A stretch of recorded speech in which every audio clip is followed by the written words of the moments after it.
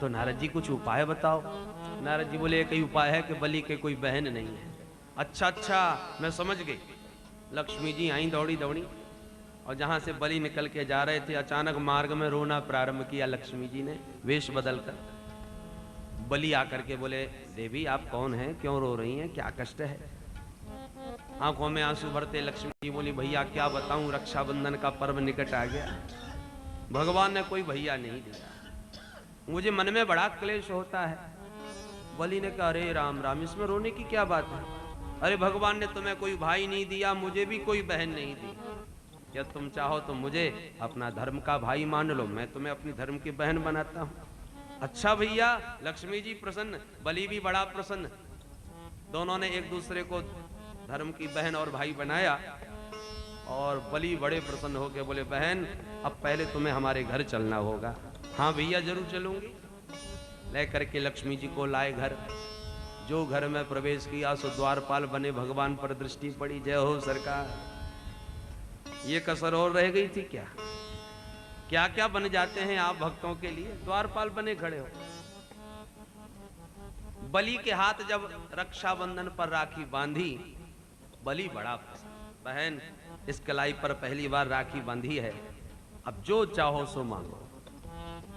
लक्ष्मी जी ने कहा भैया अब तेरे घर में रहूं, तेरो ही भोजन करूं, तो तुम्हारो सो हमारो, अब कहा मांगो।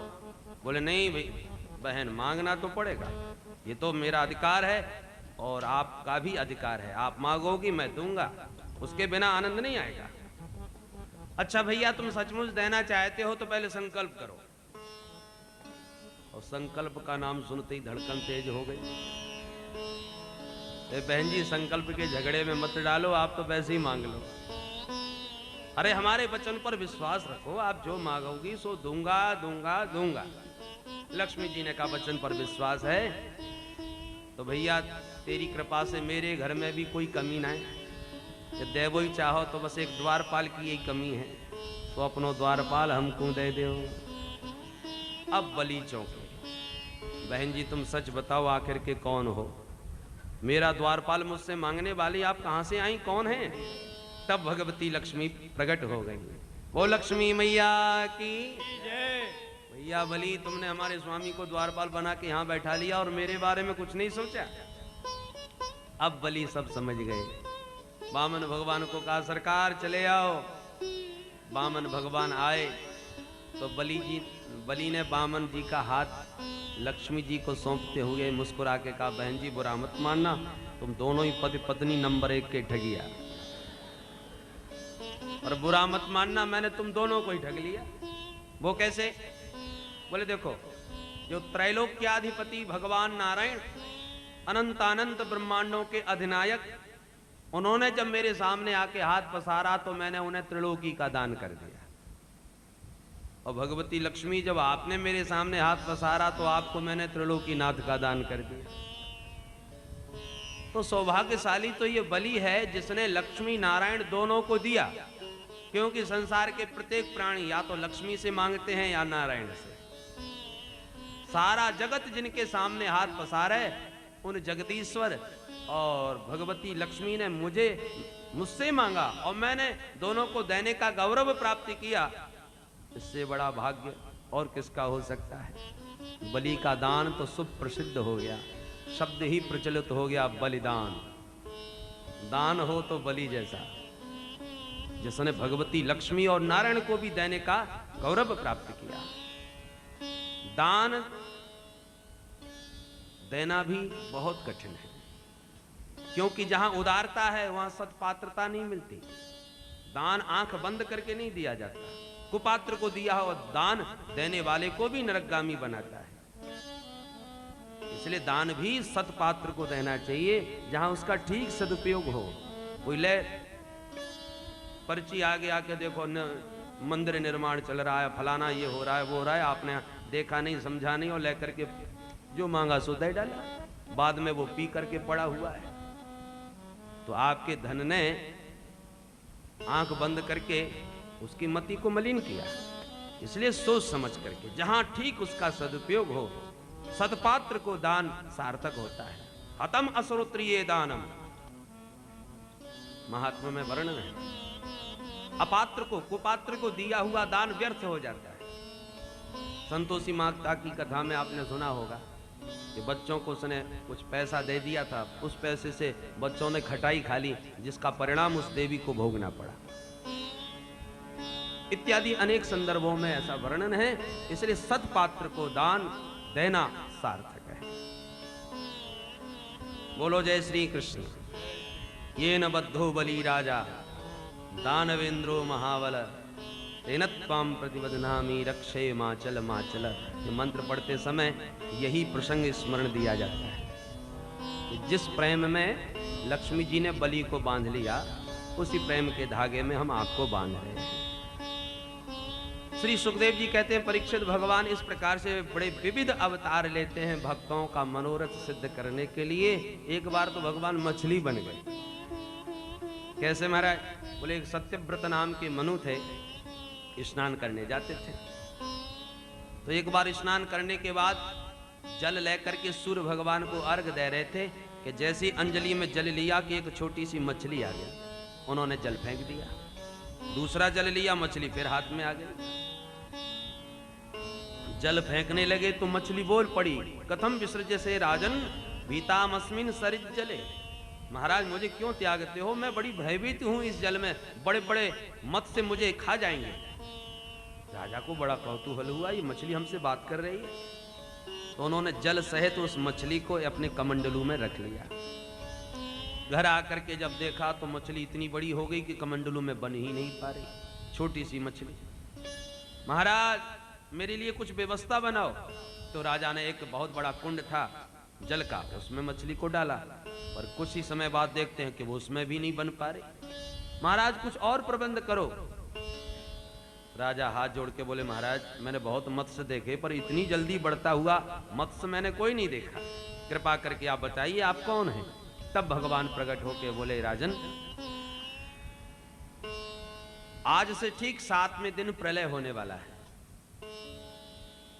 सारा संसार जलमग्न हो जाएगा।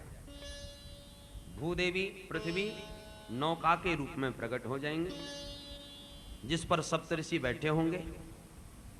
मैं इसी मत्स्य रूप में तुम्हें इसलिए दर्शन देने आया हूं कि तुम बासुकी नाम की रस्सी बनाकर उस पृथ्वी की नौका को मुझसे बांध देना। मैं प्रलय पर्यंत तुम्हारी रक्षा करूंगा। पृथ्वी की दिव्य औषधियों को तुम साथ में लेकर के उस नौका में बैठ जाना। इतना कह के भगवान अंतर्धान हो गए और जैसा प्रभु ने कहा था वैसा ही हुआ। 7वें दिन समुद्र की सीमाएं टूट गईं, चारों ओर जल ही जल। और अगले क्षण देखा कि नौका चली आ रही है, सप्तऋषि बैठे हैं, दिव्य औषधियों को लेकर के महाराज सत्यव्रत मनु भी बैठ गए और भगवान ने प्रलय पर्यंत उन सबकी रक्षा करी। इस प्रकार से भगवान का ये मत्स्यावतार हुआ। इसके साथ ही भागवत का 8वां स्कंद संपन्न हुआ। अब आइए 9वां स्कंद प्रारंभ करते हैं। 9वां स्कंद में भी 24 अध्याय, 12 अध्यायों में सूर्यवंश, 12 अध्यायों में चंद्रवंश। सूर्यवंश में राम जी और चंद्रवंश में श्याम जी पधारे। तो आइए पहले सूर्यवंश की चर्चा करें। सूर्यवंश में प्रभु राम का प्राकट्य कैसे हुआ। पहले राम जी का स्मरण।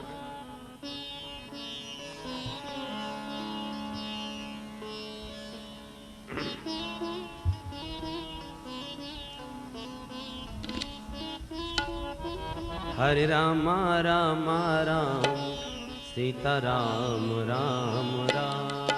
हरे राम राम राम सीता राम राम राम। हरे राम राम राम सीता राम राम राम। हरे राम राम राम सीता राम राम राम।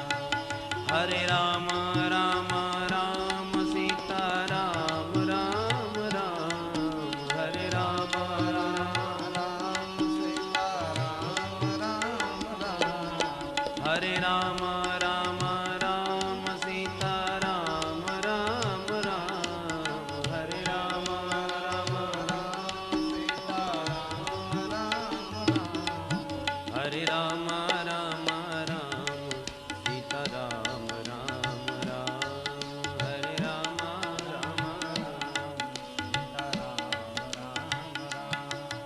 हरे राम राम राम सीता राम राम राम। हरे राम राम राम सीता राम राम राम। हरे राम राम राम सीता राम राम राम। हरे राम राम राम सीता राम राम राम। हरे राम राम राम सीता राम राम राम। हरे राम राम राम सीता राम राम राम। हरे राम राम राम सीता राम राम राम। हरे राम राम राम सीता राम राम राम। हरे राम राम राम सीता राम राम राम। हरे राम राम राम सीता राम राम राम। हरे राम राम राम सीता राम राम राम। हरे राम राम राम सीता राम राम राम। सीता राम राम राम सीता राम राम राम। बोल अयोध्यानाथ की जय राघवेंद्र सरकार की। जय। पहले अवधपुरी उसके बाद मधुपुरी। श्राद्ध देव मनु से सूर्य वंश का विस्तार होता है। सुखदेव जी कहते हैं सूर्य वंश का यदि मैं तुम्हें विस्तार से वर्णन सुनाने लगूं तो 100 वर्षों में भी पूरा नहीं हो सकता। न शक्यते विस्तरतुम वक्तुम वर्ष शतैरपि। इसलिए अति संक्षिप्त सार रूप में सूर्य वंश श्रवण करें। श्राद्ध देव मनु और श्रद्धा नाम की उनकी धर्मपत्नी। पर सूर्य वंश के प्रारंभ में ही संतान की समस्या रही। संतान कोई नहीं। पुरोहित सूर्य वंश के महाराज वशिष्ठ आकर के बोले श्राद्ध देव मनु महाराज कोई संतति नहीं, आप कुछ कृपा कीजिए। वशिष्ठ जी बोले राजन पुत्रेष्टि यज्ञ करवाइए। ठीक है गुरुदेव। यज्ञ प्रारंभ। अब महारानी श्रद्धा देवी चाहती हैं कि हमारे घर में बिटिया का जन्म हो गए, और महाराज की इच्छा है कि हमारे घर में बेटे का जन्म हो गए। दोनों में विरोध। महारानी श्रद्धा देवी ने हवन करने वाले जितने होता ब्राह्मणों को बुला के कहा सुनो पंडित जी ऐसा मंत्र पढ़ना कि बिटिया हो जाए। बिटिया हुई जो मांगोगे मैं दक्षिणा दिलवाऊंगी, बेटा हो गया तो सबकी दक्षिणा कटवा दूंगी। अच्छा अब ब्राह्मणों ने कहा ठीक है हमें तो मंत्र पढ़ने हैं बदल देते। तो हवन में स्वाहा की जगह बसटकार का प्रयोग कर दिया। परिणाम स्वरूप महारानी के गर्भ से बड़े सुंदर एक बिटिया का जन्म हो गया। इला नाम की कन्या का जन्म हुआ। अब महारानी बड़ी प्रसन्न। इतिहास में जो पहली माता हैं जो बेटी के लिए इतनी परेशान है। अन्यथा माताएं ज्यादा घबराती हैं बेटी के नाम से। तो राजा को जब पता चला तो बड़े उदास, दौड़े दौड़े गुरु जी के पास। गुरुदेव मैंने तो बेटा के लिए कितना बड़ा यज्ञ करवाया, घर में तो बिटिया हुई है। वशिष्ठ जी भी बड़े चक्कर में पड़ गए। बोला ये सब होता क्यों भैया होता, कैसे खाए गए गोता, सच बताओ तुमने ही सब गड़बड़ किया होगा। तो ब्राह्मणों ने सारा रहस्य उद्घाटन कर दिया। वशिष्ठ जी बोले राजन अब तुम दोनों पति पत्नी में जब एक मत नहीं है तो हम ब्राह्मणों को बीच में क्यों डाल दिया, हम दोनों तरफ से बुरे। जब वास्तविकता का पता चला तो अब राजा जिद पकड़ गए। महाराज मैं कुछ नहीं जानता, मुझे तो बेटा चाहिए। बोले अब चाहने से क्या होता है, बिटिया तो हो ही गई। बोले नहीं महाराज आप तो सर्वसमर्थ संत हो, आप चाहो तो इस बिटिया को ही बेटा बना दो। राजा का दुराग्रह देखा तो वशिष्ठ जी ने उस इला नाम की बेटी को ही सुद्युम्न नाम का राजकुमार बना दिया। बेटी को ही बेटा बना दिया। जो भी वैज्ञानिक चमत्कार दिखा रहे हैं हमारे ऋषि मुनियों ने सब चमत्कार दिखा छोड़े, परंतु प्रकृति के विरुद्ध इस प्रकार का व्यवहार अनुचित मान करके इस विद्या का प्रचार प्रसार भले न किया हो, पर शास्त्र साक्षी हैं कि हमारे संतों के पास विद्याएं सारी थी।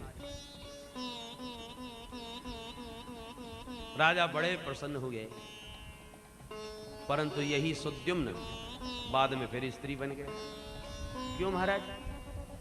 बोले एक बार बेचारा जब नवयुवक हो गया तो शिकार खेलने गया, और शिकार खेलते खेलते भगवान भोलेनाथ के इलाव्रत खंड में प्रविष्ट हो गया।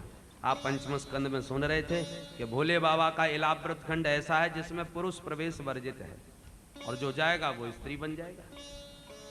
परीक्षित ने पूछा ऐसा क्यों हुआ महाराज? सुद्युम्न बेचारा धोखे से घुस गया तो स्त्री बन गए। सुखदेव जी कहते हैं उसका कारण यह है कि एक बार भोले बाबा भवानी के साथ विहार कर रहे थे, और उसी समय अचानक सप्तऋषि वहां पहुंचे। सप्तऋषियों को लगा कि हम अनुचित समय में आए हैं, ऐसा जान करके लज्जित सिर झुका के लौट गए। और पार्वती जी ने जब उनको देखा तो मन में बड़ा संकोच लगा और भोले बाबा से झगड़ा चालू किया। सुनो जी, हम घर गृहस्थी वाले हैं और आपके यहाँ कोई आड़ मर्यादा नहीं, जो देखो सो मुंह उठाए चलाता है, घर में घुसा। भोले बाबा हंसते हुए बोले देवी क्या हो गया? बोले महाराज आप तो भोले भाले ठहरे, आपको तो कुछ नहीं हुआ, पर हम स्त्रियों को पुरुषों से बड़ा संकोच लगता है, बस इतना समझिए। भोलेनाथ ने कहा तो स्त्रियों से संकोच नहीं लगता? बोले नहीं महाराज। भोले बाबा ने कहा ठीक है, आज के बाद जो पुरुष आएगा वो स्त्री ही बन जाएगा।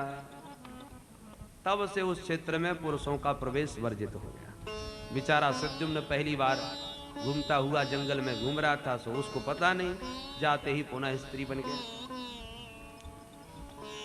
जब राजा को पता चला तो वशिष्ठ जी के पास आए, गुरुदेव सब बेकार हो गया, आपका उद्यम व्यर्थ हुआ। क्या हुआ? पूरी घटना सुनाई। इलाव्रत खंड में चला गया, फिर स्त्री बना वहीं बैठा है। वशिष्ठ जी बोले अब हम कुछ नहीं कर सकते। क्यों? बोले वो भगवान शिव का शापित क्षेत्र है जिसमें वो स्त्री बना है। अब हमने उसे पुरुष बनाया तो भोले बाबा मुझ पर क्रुद्ध हो जाएंगे कि तुमने मेरी शाप को मिथ्या कर दिया। अब तो जो भी कुछ करें वो भोले बाबा ही कर सकते हैं, तो आप भोले बाबा को मना लीजिए। तब वशिष्ठ जी आए, भोले बाबा की आराधना करी। भोले बाबा प्रकट भय, कहो भैया क्या चाहते हो? बोले हमारे यजमान का पुत्र आपके क्षेत्र में आके स्त्री बन गया है, थोड़ी कृपा कर दें। भोले बाबा ने कहा गलत, ऐसे तो हमारी शाप एक मजाक बन के रह जाएगी। जो आएगा वो स्त्री बनेगा, हमारे हाथ पैर जोड़ के फिर पुरुष बन जाएगा, तो ये तो एक खेल बन जाएगा। बिल्कुल नहीं। वशिष्ठ जी ने कहा महाराज कुछ तो कृपा कर ही दो। भोले बाबा ने कहा नहीं मानते तो ठीक है, इतना कर देते हैं कि तुम्हारा वह बालक 1 महीने तक पुरुष 1 महीने तक स्त्री बन के रहेगा, ले जाओ उसे। मासम पुमांस भविता मासम स्तव स्त्री गोत्र जाए। वशिष्ठ जी उसे लेकर के घर आए। अब 1 महीने तक तो महाराज राजकुमार बना घूमता है और 1 महीने तक घर में छुपा बैठा रहता है।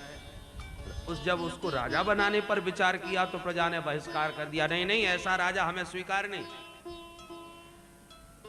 तब भगवान की कुछ ऐसी कृपा हुई कि मनु महाराज के बाद में 10 बेटा हो गए। इक्ष्वाकु, नृग, सरयाति, दिष्ट, धृष्ट, करुस्वान, नरिश्चंद, प्रसद्र, नभग, कवि, ऐसे 10 पुत्र हुए। और इन्हीं 10 पुत्रों से सूर्य वंश का विस्तार हुआ। इसमें जो सरयाति नाम का पुत्र है, इसकी बेटी सुकन्या, इसने धोखे से महात्मा च्यवन मुनि के नेत्र फोड़ दिए, इसलिए च्यवन मुनि के साथ ही सुकन्या का विवाह हो गया। और बदले में च्यवन मुनि ने अश्विनी कुमारों के प्रभाव से न जाने कौन सा च्यवन प्राश खाया, एकदम नवयुवक बन गए। और बदले में अश्विनी कुमारों को देव पंक्ति में भोजन का अधिकार प्रदान कराया। इन्हीं सरयाति जी के वंश में महाराज रेवत हुए, जिनकी बेटी रेवती का विवाह बलराम जी के साथ संपन्न हुआ।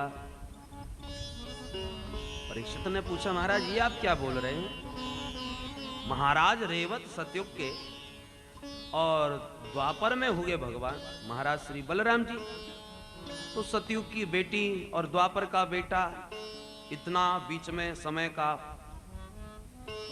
चक्र चला, तो ये विवाह कैसे हुआ?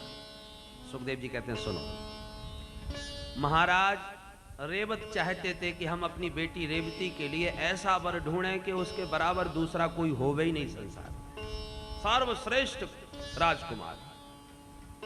सो महाराज पूरे संसार में अनेक राजकुमारों को देखा, सबकी जन्मपत्री बनाई, एक लंबी चौड़ी लिस्ट लेकर के अब निर्णय नहीं कर पा रहे कि इनमें से विवाह किसके साथ करूं। कुछ समझ में नहीं आया तो अपनी बेटी को लिया और सब राजकुमारों की एक सूची बनाई और सीधे ब्रह्मलोक में पहुंच गए ब्रह्मा जी के पास। अब वहां थोड़ा सा उत्सव चल रहा था, संगीत का गाना बजाना हो रहा था, तो एकदम बीच में कैसे पूछ दें, प्रतीक्षा करनी पड़ी और उस प्रतीक्षा में थोड़ी देर बैठे रहे और जब मौका मिला तब लेकर के पहुंच गए हाथ जोड़ के, महाराज ये हमारी बिटिया है और हम निर्णय नहीं ले पा रहे कि इसके साथ इसका विवाह हो, इसलिए संसार के सब राजकुमारों की सूची लेके आपके पास आया, अब आप फैसला कीजिए किसके साथ विवाह होना चाहिए। हंसने लगे ब्रह्मा जी। अरे महाराज आप हंस रहे हैं, बताइए ना। ब्रह्मा जी बोले जिनकी तुम सूची दिखा रहे हो इनके वंश में भी कोई नहीं बचा होगा। क्यों महाराज? ब्रह्मा जी बोले तुम नहीं जानते मेरा दिन कितना बड़ा होता है, जितने क्षण तुम मेरे ब्रह्मलोक में रुके हो इतने क्षणों में तो युग के युग बीत गए होंगे उधर। अरे राम राम, तो अब क्या होगा महाराज मेरी बिटिया का? ब्रह्मा जी बोले दुखी मत हो, अपनी बेटी को लेके जाओ और भगवान शेषावतार संकर्षण प्रकट भय हैं, उनके साथ तुम अपनी बेटी का विवाह कर देना। तब ब्रह्मा जी के यहाँ से वापस दौड़े दौड़े आए और रेवत महाराज ने अपनी बेटी रेवती जी का विवाह बलराम जी के साथ किया। अब सतयुग की रेवती 21 हाथ लंबी और द्वापर के बलराम जी 7 हाथ के। अब 7 हाथ का दूल्हा और 21 हाथ की दुल्हन। विवाह होने लगा, मंत्र पढ़ने लगे, भामर होने लगी। देखने वाले इस कौतूहल को देख देख करके मुस्कुराने लगे और बलराम जी के स्वभाव से सब परिचित हैं कि इनकी नाक पे गुस्सा रखी है, हल मूसल साथ में ही है और जब नाराज होते हैं तो हल से सिर पकड़ते हैं और मूसल धमक देते हैं, फिर बचने की कोई उम्मीद नहीं। इसलिए हंसी तो सबको आई पर सब मुंह छुपा करके हंस रहे थे, हिम्मत नहीं कर पा रहे थे। पर हमारे कन्हैया तो बड़े नटखट हैं, बड़े भैया को नाराज भी कर लें तो 1 मिनट में प्रसन्न भी कर लेते हैं, स्वभाव से परिचित।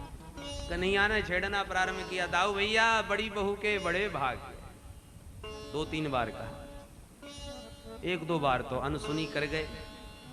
जब कन्हैया बार बार छेड़ने लगे, दाऊ भैया बड़ा अच्छा किया जो आपने लंबी भाभी ढूंढी, भाभी जी को आपके सामने कभी मुंह उठाना ही नहीं पड़ेगा, जब भी बात करेंगे सिर झुका के ही करेंगे। दाऊ जी समझ गए नटखट हमको ऐसे ही छेड़ता रहेगा, तुरंत खड़े हो गए हलमूसल लेके। रेवती महारानी भी हाथ जोड़ के खड़ी हो गई तो तुरंत रेवती जी के कंधे पर हल रख करके ऐसा झटका मारा कि एक झटके में ही रेवती जी को 7 हाथ का बना लिया। दाऊ जी के हलमूसल में ऐसा चमत्कार कि 21 हाथ की रेवती 7 हाथ की हो गई। रेवती जी महारानी बहुत घबरा गई। आप देखिए हमेशा जुगल जोड़ी सरकार मिलेंगे मंदिरों में, परंतु दाऊ जी जहां भी मिलेंगे वहां अकेले ही मिलेंगे हलमूसल ताने। वृंदावन में गोरे दाऊ जी आपने देखे होंगे या दाऊ जी का दर्शन किया होगा ब्रज में, अकेले खड़े हैं, रेवती जी बेचारी कोने में। ऐसे हुआ रेवती जी का विवाह बलराम जी से। महाराज मनु के जो दूसरे पुत्र थे नभग, उनके बेटा हो गए नाभाग।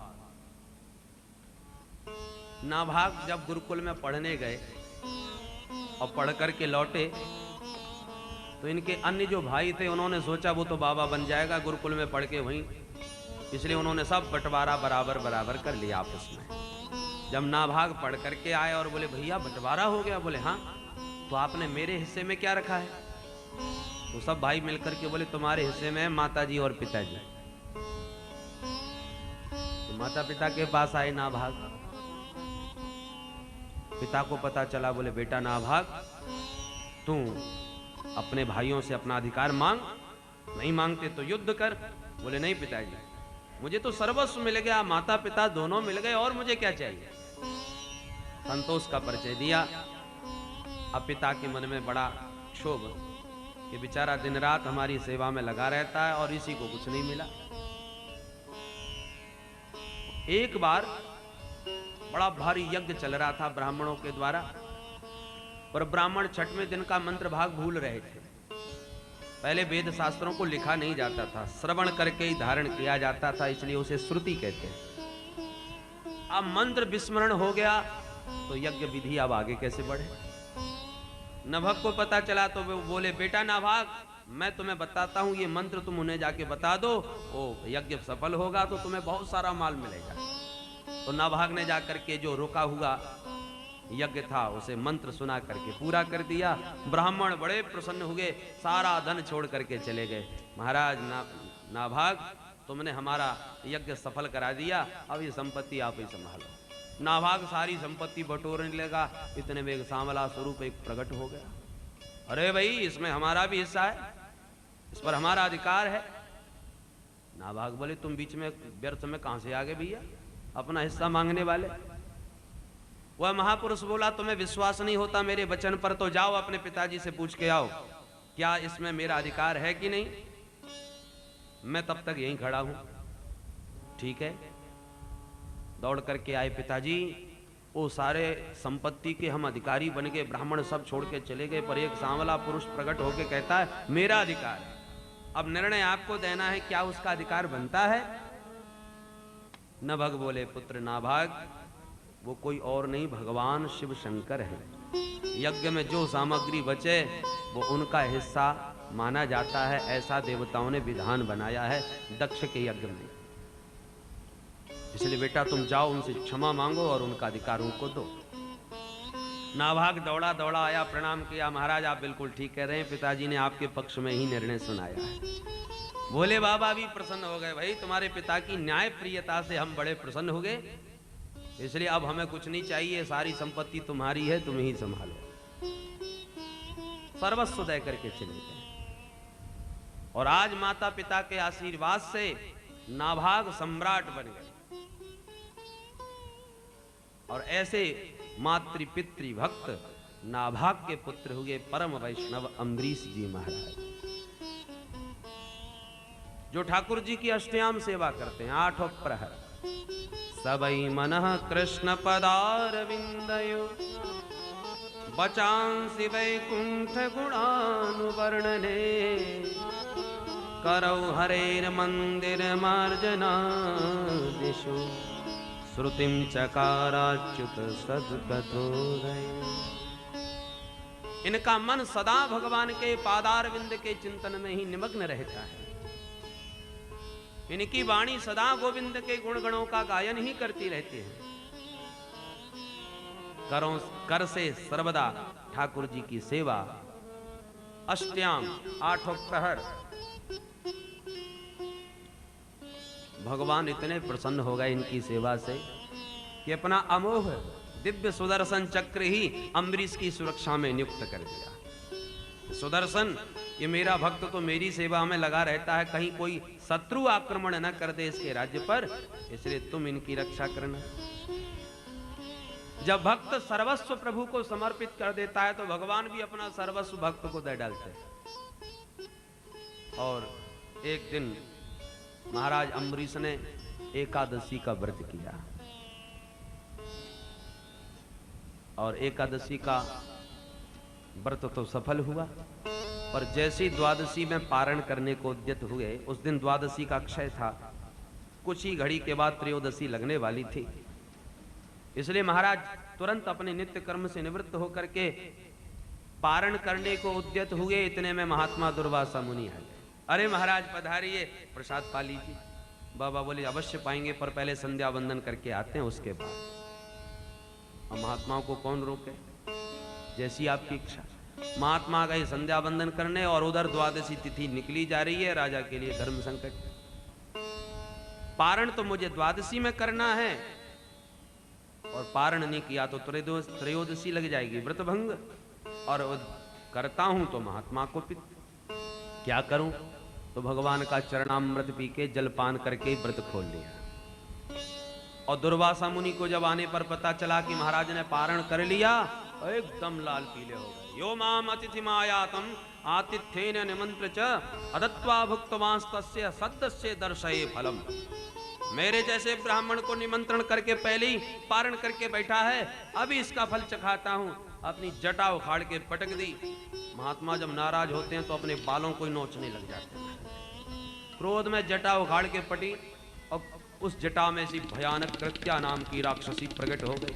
खाने को दौड़ी तो श्री अम्बरीश महाराज तो बेचारे हाथ जोड़ के खड़े हो गए। सुदर्शन चक्र ने देखा कि प्रभु ने मुझे आदेश दिया है अम्बरीश की रक्षा के लिए, अम्बरीश को कुछ हो गया तो मैं प्रभु को क्या वचन दूंगा, क्या उत्तर दूंगा। तुरंत आगे बढ़े और सुदर्शन चक्र ने कृत्या को भस्म किया और दुर्वासा मुनि के पीछे पड़ गए। भगवान का अमोघ अस्त्र देखा कि दुर्वासा जी भागे, आगे दुर्वासा पीछे सुदर्शन। भागते भागते ब्रह्मा जी के पास गए, पितामह रक्षा करो। ब्रह्मा जी ने कहा मेरे बस की बात नहीं, मुझे संकट में मत डालो, भागो यहां से। भोले बाबा की शरण में गए, भोलेनाथ मैं तो आपका पुत्र हूं, आपका अंश हूं, मेरी रक्षा करो। भोलेनाथ ने कहा मैं भी कुछ नहीं कर सकता, जिसका सुदर्शन है उसी के पास जाओ। तब भागते भागते भगवान लक्ष्मीपति नारायण की चरण शरण ग्रहण करी, गिर पड़े, महाराज मैं आपकी शरण में हूं, मेरी रक्षा करो, मुझ ब्राह्मण को बचाओ। भगवान बोले दुर्वासा जी क्षमा करो, मैं भी कुछ नहीं कर सकता। अरे प्रभु आप कुछ नहीं कर सकते, ये कैसे संभव है, आप तो सर्वतंत्र स्वतंत्र हैं। भगवान बोले नहीं, मुझे भी स्वतंत्र न समझो। रामायण में तो नारद जी कहते हैं परब स्वतंत्र न सिर पर कोई, और भगवान भागवत में अपना पारतंत्र स्वीकार करते हैं।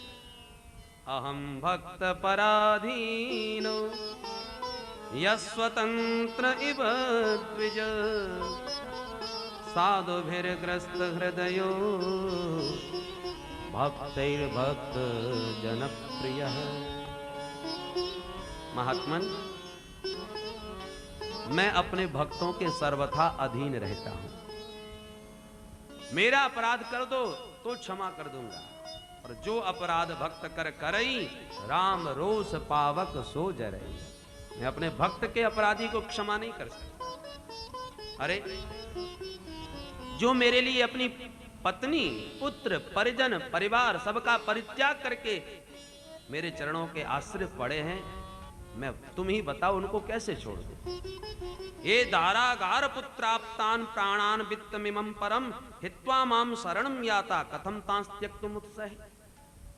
जो सर्वस्व त्याग करके मेरे पास हैं, मैं उनके लिए कैसे छोड़ सकता हूं। दुर्वासा जी जैसे एक पतिव्रता स्त्री अपने पति की सेवा में समर्पित होकर के सर्वथा अपने स्वामी को अपने अनुकूल बना लेती है। वशीकुर्वन्ति माम भक्त्या सत्स्त्रियः सत्पतिम यथा। सत स्त्री पतिव्रता स्त्री और सतपति भी होना चाहिए। जैसे पतिव्रता अपने सतपति को सेवा से अपने अनुकूल कर लेती है, अपने बस में कर लेती है, उसी प्रकार भक्तों ने मुझे समर्पित होकर अपने बस में कर लिया है। ये भक्त तो मेरे हृदय हैं और मैं इन भक्तों का हृदय हूं। ये भक्त मेरे अलावा संसार में किसी को नहीं मानते जानते, तो मैं भी अपने भक्तों के अलावा किसी को नहीं जानता। मेरा तो सिद्धांत है ये यथा माम प्रपद्यन्ते। जब वो मेरे अतिरिक्त किसी को नहीं जानते तो मैं भी उनके अलावा किसी को नहीं जानता। साधवो हृदयम मह्यम साधूनाम हृदयम तो हम मदन्यत्ते न जानन्ति नाहम तेभ्यो मनागति। दुर्वासा जी बोले प्रभु सर्वश्रेष्ठ भगवत शरणागति कही गई है, पर क्या आज भगवान की शरणागति भी व्यर्थ जाएगी। आपकी तो प्रतिज्ञा है वाल्मीकि रामायण में सकृदेव प्रपन्नाय तवास्मीति च याचते अभयम सर्वभूतेभ्यो ददामे तद्व्रतम मम। एक बार शरणागत होकर जो कहता प्रभु मैं तेरा, कर देता मैं अभय उसे सब भूतों से यह व्रत मेरा। ये आपकी प्रतिज्ञा है, तो क्या आज आपकी प्रतिज्ञा भी टूट जाएगी। भगवान बोले नहीं, मेरी शरणागति व्यर्थ तो हो ही नहीं सकती, इसलिए उपायम कथयिष्यामि। तो मेरी शरण में आए हो इसलिए बचने का उपाय बताए देता हूं, बच सको तो बचो। महाराज क्या उपाय है। बोले जिस वैष्णव का अपराध किया है उसी की शरण में जाओ, बच जाओगे। बेबस हुए दुर्वासा मुनि वापस आए और अम्बरीश के चरणों में गिर पड़े। 1 संवत्सर बीत चुका था महाराज, 1 वर्ष भागते भागते दुर्वासा जी को सुदर्शन ने पीछा नहीं छोड़ा। वरधन्य है अम्बरीश की वैष्णवता, 1 वर्ष तक अन्न त्याग किए खड़े। मैंने एक वैष्णव का, एक संत का निमंत्रण किया है, जब तक वो प्रसाद नहीं पाएंगे मैं भोजन कैसे करूं। 1 वर्ष तक भूखे। दुर्वासा जी चरणों में गिरे, अम्बरीश मुझे क्षमा कर दो। अम्बरीश ने तो दुर्वासा जी को उठा लिया, महाराज उल्टी गंगा क्यों बहाते हो, अपराधी तो मैं हूं, धृष्टता तो मैंने की। दुर्वासा मुनि बोले भैया तू महान है, तू पहले इस सुदर्शन चक्र को शांत कर, बाद में बात करूंगा। ये मुझे जलाए डाल रहा है, 1 वर्ष हो गया भागते भागते, छोड़ता ही नहीं। तब 8 श्लोकों में दिव्य स्तुति करी, परंतु शांत होते नहीं दिखे तो सौगंध दिलाई। यदि नो भगवान प्रीत एक सर्वगुणाश्रय सर्वभूतात्म भावेन दुजो भवतु विज्वरः दुजो भवतु विज्वरः। हे सुदर्शन, यदि मैंने सच्चा प्रेम प्रभु से किया हो और प्रभु सचमुच मुझ पर कृपा करते हो तो उस प्रेम की शपथ है कि तुम शांत हो जाओ, इस ब्राह्मण को अपने ताप से मुक्त कर दो। तब कहीं सुदर्शन चक्र शांत हुए। दुर्वासा मुनि अचंभित हो गए। जिसको मारने के लिए मैंने कृत्या को जन्म दिया, वो मेरी रक्षा के लिए अपने पुण्यों को दाव पर लगा दिया। कान पकड़ लिए, अहो अनंत दासानाम महत्वम दृष्ट मध्य में। प्रभु आपके अनन्य भक्तों का महत्व आज मैंने पहली बार देखा। दुर्वासा मुनि मान गए और भक्तों की, वैष्णवों की मुक्त कंठ महिमा गाई। ऐसे परम भागवत श्री अम्बरीश महाराज, इनके 3 बेटा विरूप, केतुमान और शंभु, इन्हीं के वंश में आगे चल के हुए महाराज युवनाश्व। युवनाश्व महाराज भी निसंतान, इन्होंने भी किया पुत्रेष्टि यज्ञ। ग्रीष्म काल, रात के 12 बजे इतनी तेज लगी प्यास कि चुपचाप सब महात्मा सो रहे थे और ये यज्ञशाला में गए और एक घड़ा उठा के पूरा पानी पी लिया। प्रातः काल हुआ, यज्ञ प्रारंभ हुआ। ब्राह्मणों ने कहा अरे इस घड़े का पानी कहाँ गया। राजा ने कहा मुझे प्यास लगी सो मैंने पी लिया। अरे राम, सब सिर पकड़ के बैठ गए। राजा बोले क्या हो गया महाराज, पानी ही तो था और भर लीजिए। महात्मा बोले तुमने हमें जगाया क्यों नहीं। बोले महाराज आप आहारे थके सो रहे थे तो आपको व्यवधान डालना ठीक नहीं समझा, सो मैंने चुपचाप उठा के पी लिया। परंतु हुआ क्या ये तो बताओ। ब्राह्मण बोले हमने मंत्र पढ़ पढ़ के उसमें पानी भरा था। क्यों। बोले महारानी उस जल को पीते ही गर्भवती हो जाएंगी। तो जो जल महारानी जी को पीना था वो तुम पी गए। अब राजा घबराए, महाराज तो अब क्या होगा। ब्राह्मणों ने कहा हम तो क्या बताएं क्या होगा, इतना ही कह सकते हैं कि हमारा मंत्र व्यर्थ नहीं होगा। बोलो जय श्री कृष्ण। मंत्राभिषक्त जलपान करने का परिणाम ये हुआ कि राजा के उदर में ही बालक प्रकट हो गया और वायु कुक्षी का भेदन करके शल्य चिकित्सा से ऑपरेशन के द्वारा बालक का जन्म करा दिया। राजा के भी प्राण बचा लिए और बालक को भी सुरक्षित जन्म दिला दिया। बालक पैदा होते स्वाभाविक तैयार होता है, बच्चे ने रोना प्रारंभ किया, सकुशल जन्म हो गया। अब समस्या खड़ी हुई इसका लालन पालन कैसे किया जाए, इसको दुग्ध कौन पिलाएगा। उसी क्षण प्रकट हो गए देवराज इंद्र। उन्होंने अपनी कनिष्ठ अंगुली बच्चे के मुख में देते हुए कहा माम धाता वत्स मारोदी, बेटा मत रो मैं तेरी रक्षा करूंगा। इसलिए उस बच्चे का नाम पड़ा मानधाता। युवनाश्व पुत्र मानधाता बड़े भारी सम्राट बने, भूमंडल के एक छत्र शासक बने। इन्हीं मानधाता की 50 बेटियां सौभरी मुनि के साथ ब्याही। वो कैसे महाराज। बोले सौभरी मुनि की मान्यता थी कि हम ना संसार को देखेंगे ना संसार में फंसेंगे। सो यमुना जी के जल में प्रविष्ट होकर भजन करते थे, इतने परम योगी। पर एक बार जब भजन करते नेत्र खोले तो पानी में मत्स्य और मछली का मिलन देखा। उनके मैथुन को देख करके इनके मन में भी विवाह इच्छा प्रकट हो गई और बाहर आए। पता चला कि राजा के 50 बेटियां हैं तो राजा ही के यहाँ पहुंच गए। महाराज मानधाता सुना है आपकी राजकुमारियां 50 हैं, क्या एक का विवाह हमसे करोगे?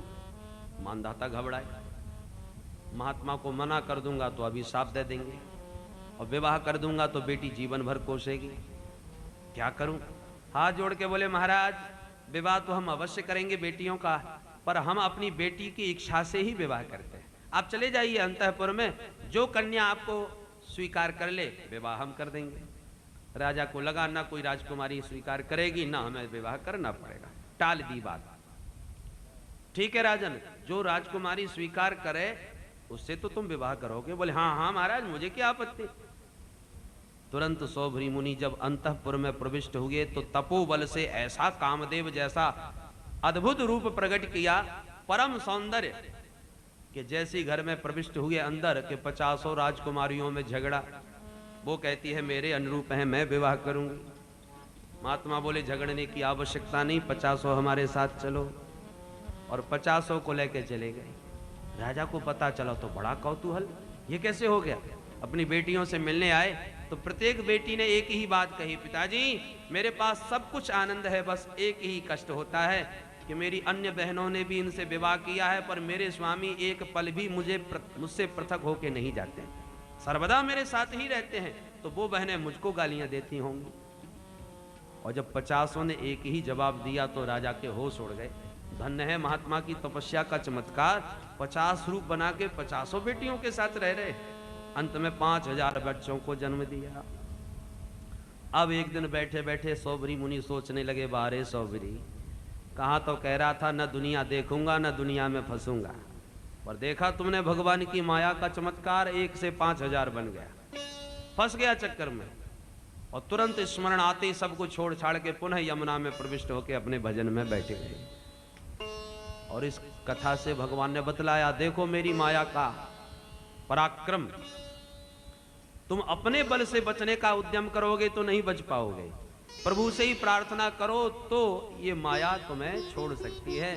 भगवान की कृपा से ही इस बलवती माया से बचा जा सकता है। बोलो जय श्री कृष्ण। इन्हीं मानधाता के वंश में सत्यव्रत हुए, जो सदैव स्वर्ग जाना चाहते थे पर बीच में लटक के रह गए, नाम हो गया त्रिशंकु। इन्हीं के वंश में सत्यनिष्ठ हरिश्चंद्र हुए। हरिश्चंद्र की कथा कुछ विचित्र ढंग से भागवत में वर्णित है। इनके कोई संतान नहीं हुई, वरुण की कृपा से एक बालक हुआ रोहिताश्व।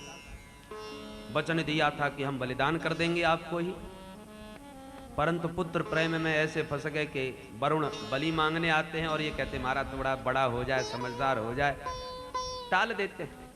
जब रोहिताश्व को पता चला कि अब मैं बड़ा हो गया, पिताजी मेरा बलिदान करने वाले हैं, तो घर छोड़ के भाग गए। वरुण क्रुद्ध हो गए और हरिश्चंद्र को जलोदर की बीमारी पैदा कर दी। रोहित को पता चला तो बड़े दुखी हुए कि मेरे कारण पिता कष्ट पा रहे हैं, इससे तो अच्छा है कि मेरा ही बलिदान हो जाए। लौटने लगे तो रास्ते में इंद्र ने कहा, क्यों मरने जाते हो, कुछ उपाय करो कि तुम्हारे भी प्राण बचें और वरुण भी संतुष्ट हो जाए। तभी एक ब्राह्मण के पास आए रोहित, जिनके 3 बेटा थे। बोले पंडित जी आप अपना एक बेटा हमको दे दो, मुझे बलि की आवश्यकता है। ब्राह्मण बोले सुनो, बड़े बेटे से मेरा बहुत प्रेम है, उसे मैं नहीं दूंगा।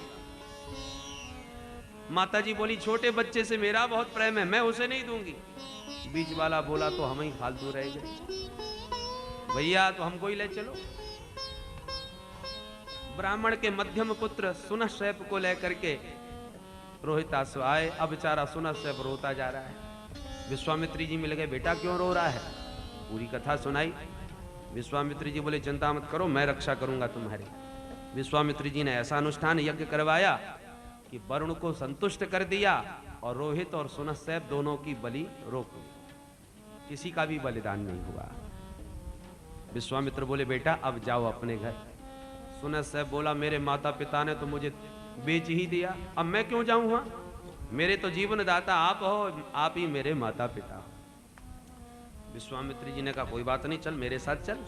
लेके घर आए, अपने बच्चों से कहा बच्चों देखो ये भी तुम्हारा भाई है, इसे भी स्वीकार करो। अन्य बालकों ने कहा वाह, चाहे जिसको अपना भैया हम कैसे बना लेंगे, हम नहीं मानते इसको अपना भाई। विश्वामित्र जी क्रुद्ध हो गए और अपने बच्चों को शापित कर दिया और सुनह सैब को ही अपना सच्चा पुत्र स्वीकार किया। बोलो जय श्री कृष्ण। ऐसे महात्मा विश्वामित्र। सुखदेव जी कहते हैं परीक्षित, इस प्रकार से हरिश्चंद्र के पुत्र रोहित, रोहित के बाहुक, बाहुक के सगर, सगर की दो रानियां सुमति और केसनी, एक रानी के हजारों बेटा, दूसरी रानी का एक बेटा असमंजस। सगर ने अश्वमेध यज्ञ किए, जिसका अश्व चुरा करके इंद्र ने कपिल भगवान के आश्रम में बांध दिया। हजारों बालक अश्व ढूंढने के लिए निकले और कपिल भगवान के आश्रम में जब अश्व देखा तो कपिल भगवान को चोर समझ बैठे, गालियां देने लगे। एश बाज हरस चोर आस्ते मिलित लोचन। देखो इस ढोंगी को, हमारा घोड़ा चुराए, आंख बंद करके बाबा बना बैठा है। जैसी कपिल भगवान के नेत्र खुले, समाधि भंग हुई और दृष्टि पड़ते ही सबके सब बालक जल के राख की ढेर हो गए। महाराज सगर की दूसरी रानी का बेटा असमंजस, असमंजस का अंशुमान, अंशुमान ने जब जाके इस घटना का पता लगाया तो कपिल भगवान के चरण पकड़ के बोला, महाराज अब मेरे चाचाओं का उद्धार कैसे होगा? कपिल भगवान ने उपाय बताया, बेटा भगवती गंगा प्रकट हो जाएं तो उनके जलस्पर्श से ये तर जाएं। अंशुमान ने तप किया, गंगा नहीं आई। अंशुमान पुत्र दिलीप ने तप किया, गंगा नहीं आई। दिलीप पुत्र भगीरथ ने तप किया, तब गंगा प्रकट हुई। बेटा क्या चाहते हो? बोले माँ इस धरा पर आके हमारे पूर्वजों का उद्धार करो। गंगा जी बोली, बेटा आ तो जाऊंगी, पर मेरे इस विशाल वेग को धारण कौन करेगा? और पापी जो पाप धो जाएंगे मुझ में, मैं उनका पाप लेके कहां जाऊं? भगीरथ बोले, माँ आपके वेग को भगवान शंभु जटाओं में धारण करेंगे और बड़े बड़े तपस्वी तेजस्वी संत भी गोता लगाएंगे, जिनके तपोबल से पाप भस्म हो जाएगा। गंगा मैया बोली, ठीक है, तो पहले भोले बाबा को मनाओ। और भोले बाबा तो आशुतोष तुरंत प्रसन्न हो गए। कहो बेटा भगीरथ। भोलेनाथ गंगा मैया को अपने जटाओं में आश्रय दीजिए। ठीक है, जटा फैला करके भोले बाबा खड़े हो गए। गंगा जी अपने पूरे वेग से जब गिरी तो भोले बाबा ने भी इतनी जटाएं फैला दी कि गंगा जी को जटाओं में ही बंदी बना लिया, कैद कर दिया। हाथ जोड़ के भगीरथ बोले, भोले बाबा अब बाहर भी तो निकालो। तब बाबा ने एक जटा ढीली करी और गंगा की धारा प्रकट हो गई। बोल गंगा मैया की। चल भैया भगीरथ। अब भगीरथ आगे और भागीरथी गंगा पीछे। मार्ग में जन्नू नाम के राजर्षि तप कर रहे थे। अपने विशाल वेग में जन्नू बाबा का आश्रम ही बहा दिया। बाबा क्रुद्ध हो गए, 3 आचमन में पूरी गंगा जी को पी गई। भगीरथ ने मुड़ के देखा तो धूल उड़ रही है, गंगा जी का पता ही नहीं। अरे ये कहाँ चली गई बीच में? बाबा से पूछा, महाराज क्या आपको कुछ पता है? बोले हाँ। तो गंगा जी को आपने देखा? बोले हाँ। कहाँ है? बोले हमारे पेट में है। क्यों? पूरा कारण बताया। मेरा आश्रम बहा दिया उन्होंने, मैंने पी लिया। अरे महाराज आपने तो करा धरा सब बराबर कर दिया। गंगा जी को प्रकट करो अन्यथा मैं तो बर्बाद हो गया। बाबा ने दया करी, गंगा को प्रकट कर दिया। तो गंगा को पुत्री के रूप में जन्नू बाबा ने प्रकट किया, तो नाम हो गया गंगा जी का जाह्नवी गंगा। जन्नू पुत्री होने के नाते जाह्नवी नाम पड़ा। चल भैया भगीरथ। बोले माता जी अब जरा सावधान होके आइए, महात्मा एक से एक विचित्र हैं भारतवर्ष के। ऋषिकेश हरिद्वार में आ गई। सप्तऋषि भजन कर रहे थे हरिद्वार में। कहा देवी जरा शोर शराबा न करो, शांत होकर के यहां से निकल जाओ, भजन में विक्षेप न हो गए। गंगा जी को लगा कहीं दोबारा कोई ना पी जाए, तो तुरंत सप्त ऋषियों के आश्रम को बचाती हुई सप्त धाराओं में विभक्त हो गई। शोर शराबा भी शांत हो गया और महात्माओं की कुटिया भी सुरक्षित रखी, जिसको हम कहते हैं सप्त सरोवर। बोलो जय श्री कृष्ण। तो इस प्रकार से हरिद्वार ऋषिकेश होती सीधे जहां सगर पुत्रों की राख पड़ी थी, उस राख का गंगा मैया ने जैसे ही अपने पावन जल से स्पर्श किया, यज्जल स्पर्श मात्रेण ब्रह्मदंड हता अपि सगरात्मजा दिवं जगमु केवलम देह भस्म भी, केवलम देह भस्म भी। वर्षों पुरानी राख का गंगा जी ने जब अपने पावन जल से स्पर्श किया, सबके सब सगर पुत्र परम धाम को प्राप्त हो गए। बोल गंगा मैया की जय। इन्हीं भगीरथ के वंश में महाराज ऋतुपर्ण, नल के सखा, ऋतुपर्ण के सौदास, सौदास के अस्मक, अस्मक के नारी कवच, नारी कवच के खट्टवांग, जिन्होंने 2 मुहूर्त में मुक्ति पाई। खट्टवांग के दिलीप, दिलीप के रघु, जिनके द्वारा चला रघुवंश, रघु के अज और अज के महाराज दशरथ, और दशरथ जी के घर में साक्षात भगवान श्री राघवेंद्र का प्राकट्य हुआ। बोल अयोध्या नाथ की जय। इस प्रकार से सूर्य वंश में श्रीमद् राघवेंद्र सरकार का प्रादुर्भाव हुआ, चतुर्व्यूह रूप में राम, लक्ष्मण, भरत और शत्रुघ्न। सुखदेव जी महाराज ने तो एक श्लोक में ही पूरी राम कथा सुना दी। गौरवर थे त्यक्त राज्यो व्यचरदनुवनम पद्म पदभ्याम प्रियाया पाणिस्पर्शाक्षमाभ्याम व्रजत पतरुजो यो हरीन्द्रानुजाभ्याम वैरूप्याचूर्पणख्या प्रिय विरह रुषा रोपित भ्रूविजृंभ त्रस्ताब्धिर्बद्ध सेतु खलतवदन कौशलेन्द्रो वतान्नः। गुरुवर थे त्यक्त राज्यो, जिन प्रभु श्री राघवेंद्र सरकार ने अपने माता पिता के वचन को आदर देते हुए अयोध्या की सुरेप्सित राज्य लक्ष्मी का भी परित्याग कर दिया। व्यचर धनुवनम, और 14 वर्ष के लिए वन में विचरण किया। पद्म पदभ्याम प्रियाया, अपनी प्राण वल्लभा जगत जननी जानकी जी के साथ। जबकि भगवान राघवेंद्र के श्री चरण कितने सुकुमार हैं। विवाहोपरांत जब किशोरी जी आई डोली में बैठ करके अवधपुरी, अम्बा कौशल्या को पता चला मेरी बिटिया पुत्र वधू बहुत ही सुकुमार है, मुझे उसका विशेष ध्यान रखना चाहिए, उसे यहाँ पर किसी प्रकार का कष्ट न हो गए। तो मैया कौशल्या ने अपने समस्त भवन में पुष्प पराग का सिंचन करा दिया, चारों ओर पुष्प पराग। पर किशोरी जी ने डोले से जैसी श्री चरण नीचे रखा, पुष्प पराग पर जब श्री चरण पड़ा तो मुख मुरझा गया। मैया कौशल्या दौड़ी, बेटी क्या बात है, तुम्हारा मुख इस प्रकार से मुरझाया हुआ सा कैसे? संकोच में किशोरी जी बोली, नहीं माँ कुछ बात नहीं। बोले नहीं बेटी बात तो कुछ है, देखो मैं तुम्हारी माँ हूं, संकोच न करो, बताओ। तब मैया जानकी कहती हैं, माँ ये जो आपने पुष्प पराग का सिंचन कराया है ना, ये पुष्प का पराग मेरे चरणों में गड़ रहा है, चुभ रहा है। मैया कौशल्या के तो आश्चर्य का ठिकाना नहीं रहा। हे भगवान, जिसके चरणों में पुष्प पराग चुभता हो वो किशोरी जी कितनी सुकुमार हो। परंतु ऐसी सुकुमार किशोरी जी जिनके चरण इतने कोमल हैं, उनका हस्त कमल कितना कोमल होगा। और ऐसे सुकुमार हस्तारविंद से जब राघवेंद्र सरकार के चरण दबाती हैं तो राघवेंद्र के चरण का स्पर्श भी हो जाए तो राम जी चौंक करके कहते हैं, जानकी जरा धीरे।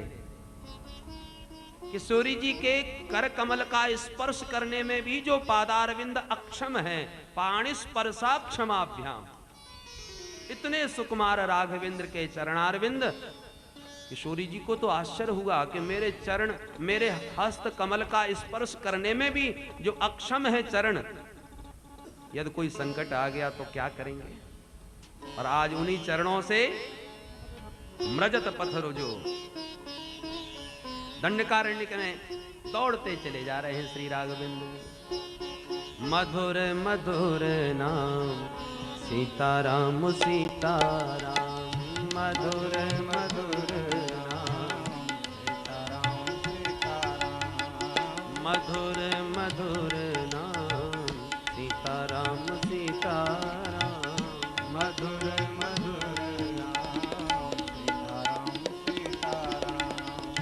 मधुर मधुर नाम सीताराम सीताराम, मधुर मधुर नाम सीताराम सीताराम, मधुर मधुर नाम सीताराम सीताराम, मधुर मधुर नाम सीताराम सीताराम, मधुर मधुर नाम सीताराम सीताराम, मधुर मधुर नाम सीताराम सीताराम, मंगल भवन अमंगल हारी, मंगल भवन अमंगल हारी, मंगल भवन अमंगल हारी, मंगल भवन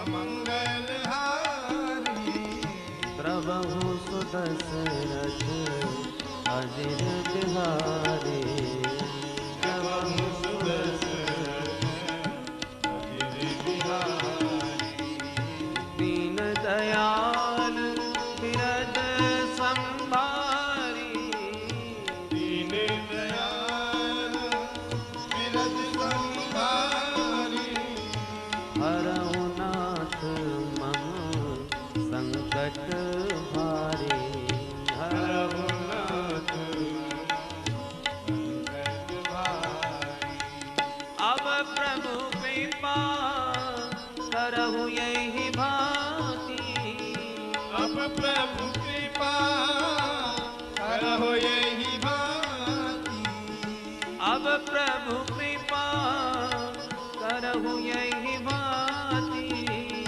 अब प्रभु कृपा करहो यही भांति, सब तज भजन करहु दिन राते, सब तज भजन दिन राति, मधुर मधुर नाम सीताराम सीताराम, मधुर मधुर नाम मधुर मधुर नाम सीताराम सीताराम, मधुर मधुर नाम सीताराम सीताराम, मधुर मधुर नाम सीताराम सीताराम, मधुर मधुर नाम सीताराम सीताराम, मधुर मधुर नाम सीताराम सीताराम, मधुर मधुर नाम सीताराम सीताराम, मधुर मधुर नाम सीताराम सीताराम, मधुर मधुर नाम सीताराम सीताराम, मधुर मधुर मधुर नाम सीताराम सीताराम